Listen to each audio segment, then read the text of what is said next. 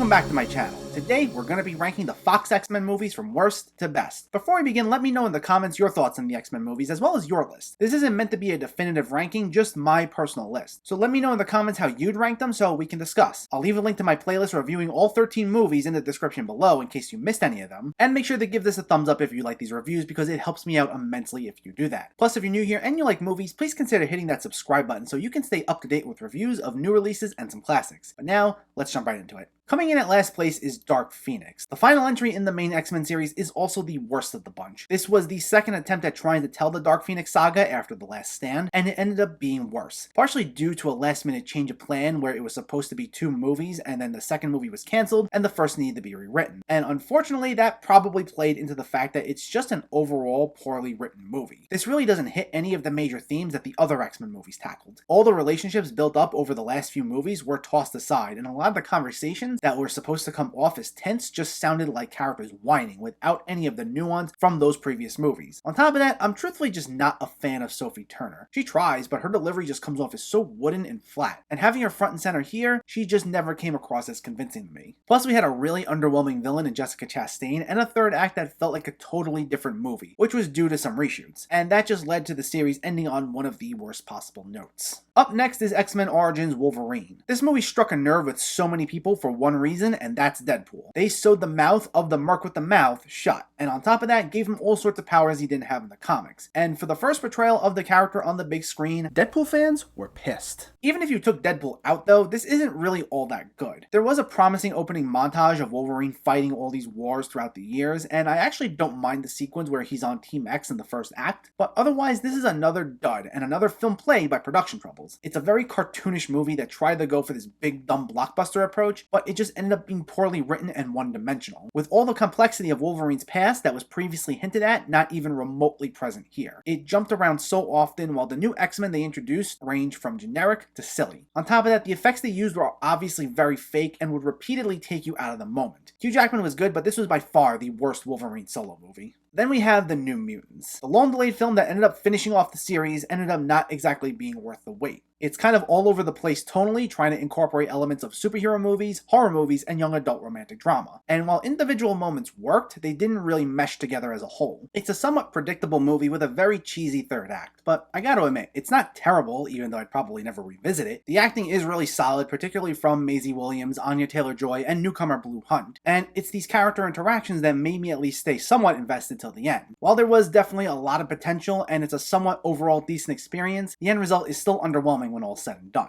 Coming in at number 10 is X-Men Apocalypse. This was the longest of all the X-Men movies, and we mainly owe that to a really unnecessary subplot where several of the X-Men are kidnapped by William Stryker. And while it gave us a pretty cool cameo, it ultimately served no bearing to the plot, and it fed into the film's pretty sluggish pacing. That being said, Apocalypse isn't a bad movie. Apocalypse himself is a disappointment, and it does have too grim of a tone at times, but it's mainly boosted by a lot of great performances, as well as some consistently entertaining action scenes, including one truly excellent scene of Magneto in the woods. Its first and third acts are actually very enjoyable, and if it wasn't for a really unnecessary second act, it could have possibly made it a little higher on the list. I could sit through it again if it ever came to it, and I actually would enjoy it somewhat, but the faults are so noticeable that they do take away from the experience. Up next is X-Men The Last Stand. I actually legitimately enjoyed this movie, though I'm aware of the many glaring issues it also contains. As opposed to the gritty, more nuanced first 2 movies, this took an abrupt turn and went for a sillier, more explosive blockbuster approach. And for what it is, it kinda worked, though we have the first 2 movies to thank. The character development here only goes so far, but because everyone did such a great job in the first 2 movies establishing such emotionally compelling characters, we do care what happens to them here. On top of that, the action scenes are fun, even if a few of them get into pretty campy territory. That being said, this movie's biggest problem is its handling of the Dark Phoenix saga, which didn't even attempt to tackle the complexity that goes into a story like that. I'm not saying it need to be a scene-by-scene recreation of the comics, especially because I never read the comics, but I at least know that that story contained a lot of depth, and none of that was present here, save for anything involving Wolverine. Overall, while it's obviously far from the greatest X-Men movie, I'd have no problem sitting through it again. Then we have Deadpool, and I know this is a little lower than you were probably expecting, but I do legitimately enjoy this movie. I would like to make that clear. Ryan Reynolds was hilarious as Deadpool. The movie's got a great energy, it moves really fast, and it made up immensely for how the character was treated in Origins. If you're a big Deadpool fan, it gave you everything you wanted. I ranked this a little lower though because I did find some of the jokes to be a little repetitive. I know the whole idea behind Deadpool is that he knows he's in a movie and he makes pop culture references and he'll come up with these really over-the-top insults, just not all of them landed for me. But it's still a lot of fun. I had a really good time with it, and it's especially a great movie to watch if you want to just sit back, relax, and have a few good laughs. The action's fun, the cast was great, and even if I didn't find every single joke hilarious, the good vastly outweighed the bad.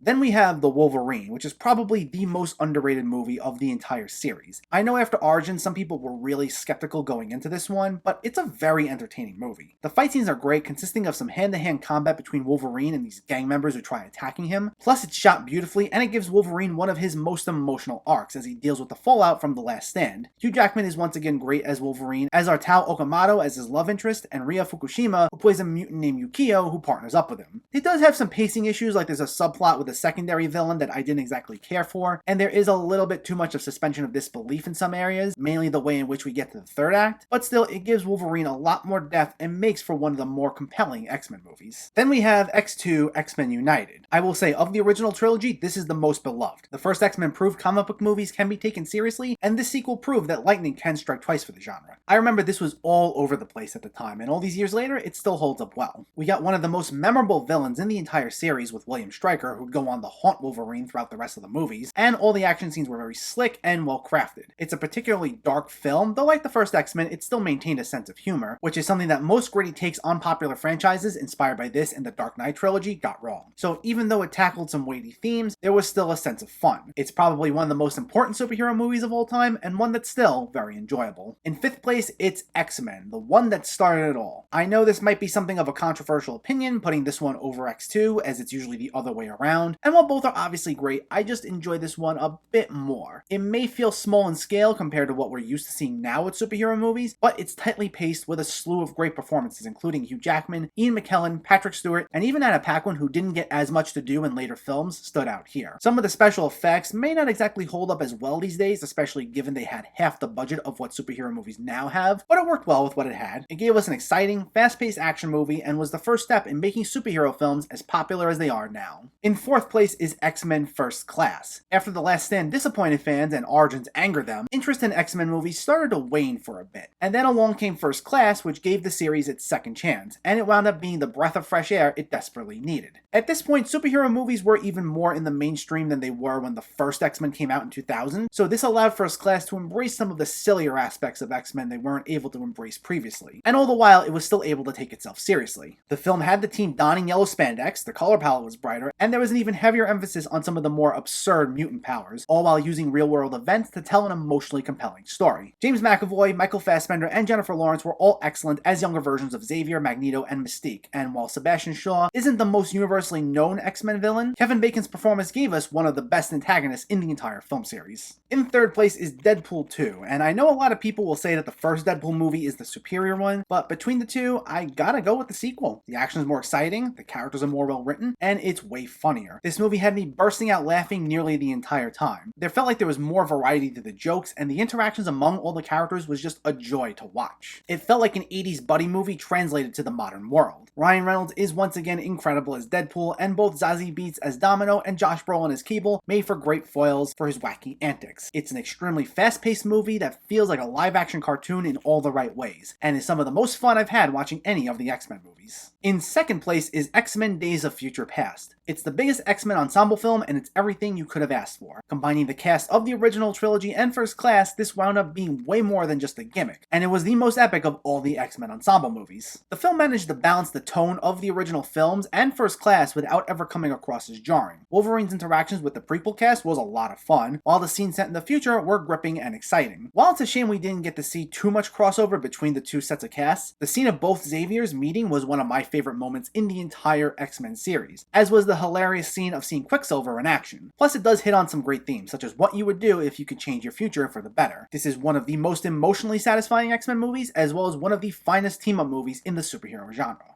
And in first place is Logan. And what makes Logan such an endearing movie is that it transcends the superhero genre, and it really acts as a love letter to film itself. Director James Mangold drew heavily from both the film noir and western genre, and he wore those influences on his sleeve. Everything from motifs, character tropes, plot devices, and camera angles felt straight out of those older genres. And while it's excellent on a technical level, it's also just so damn entertaining. This was the Wolverine movie everyone wanted, an R-rated, foul-mouthed, bloody experience that never once felt like it had to hold back. And despite its bleak setting, it still has glimmers of hope, especially through Wolverine mentoring a younger mutant named Laura, which also ends up being the source of some dark humor in a few scenes. On top of that, both Hugh Jackman and Patrick Stewart give some of their finest performances as Wolverine and Xavier respectively, and this ends up being the perfect send-off for both of them. Not only is this my favorite X-Men movie, but one of the best superhero movies of all time.